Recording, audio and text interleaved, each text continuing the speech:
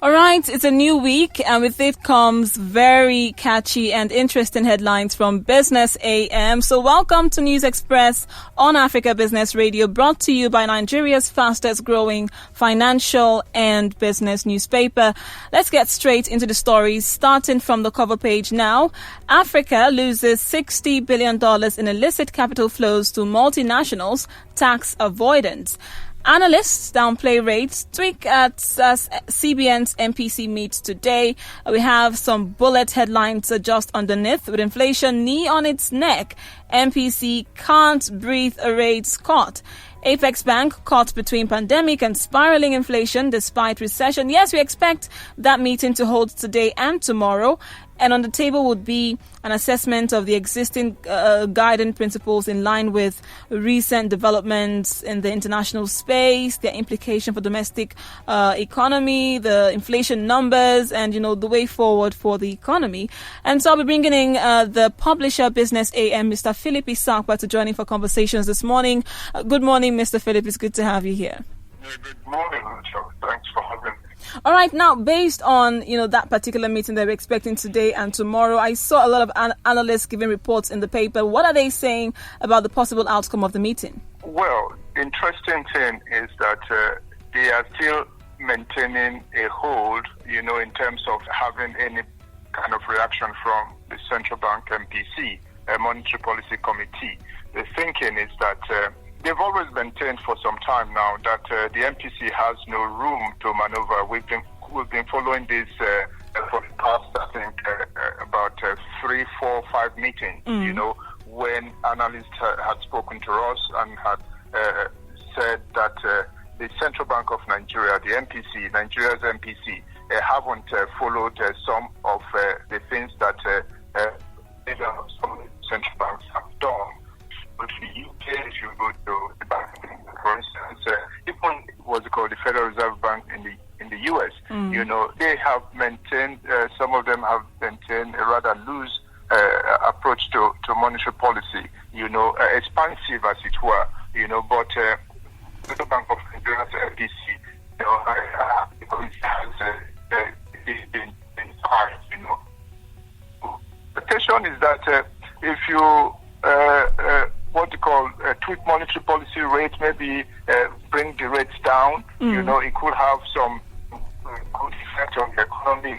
It could loosen, bring out, allow some money into the system. And then for banks to be able to lend even much more.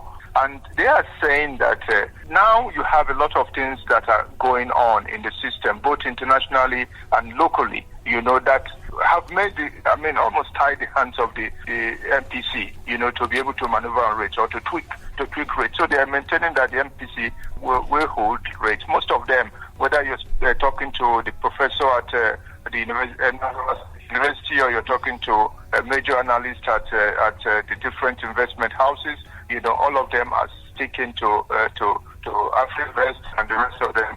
All right, now other headlines that we have here. Access Bank unfolds ambitious expansion into Africa, global markets leveraging holdco structure. That one is on page 3 of the paper. We also have the one on page 4, which I'm quite interested in. The fiscal financing threatens Nigeria's macroeconomic stability, coming from Fitch Ratings. What more can you tell us about their projection?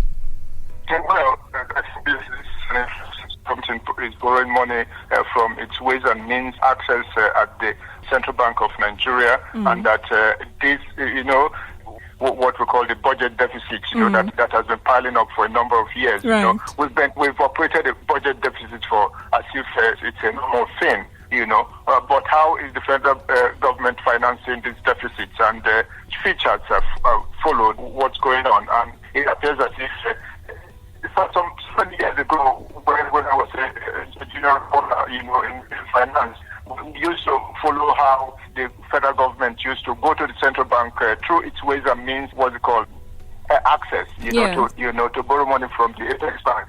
So some other things have taken our interest, But this appears to show is that the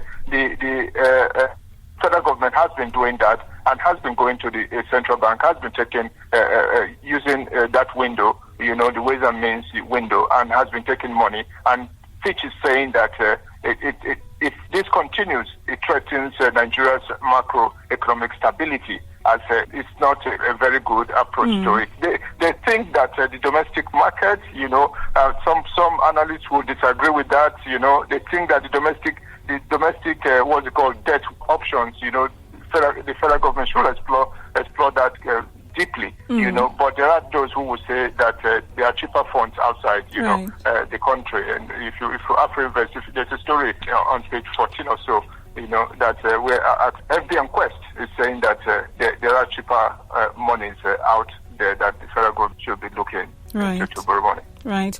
All right. Other headlines that readers can turn attention to. We have this one on page 5. CBN says IMTO still flouting orders on remittances payout, issues modalities, and all the way to page 13, still on the CBN now, extending full implementation of new check Zainab Iwayemi standard until April 2021 due to COVID-19. All of that and more you can find on the pages of Business AM today. We'll have to wrap it up at this point, Mr. Philip. We'll get back to you on Friday for updates on developing stories for this week and, of course, what to expect next week. Thank you so much for doing this with me this morning.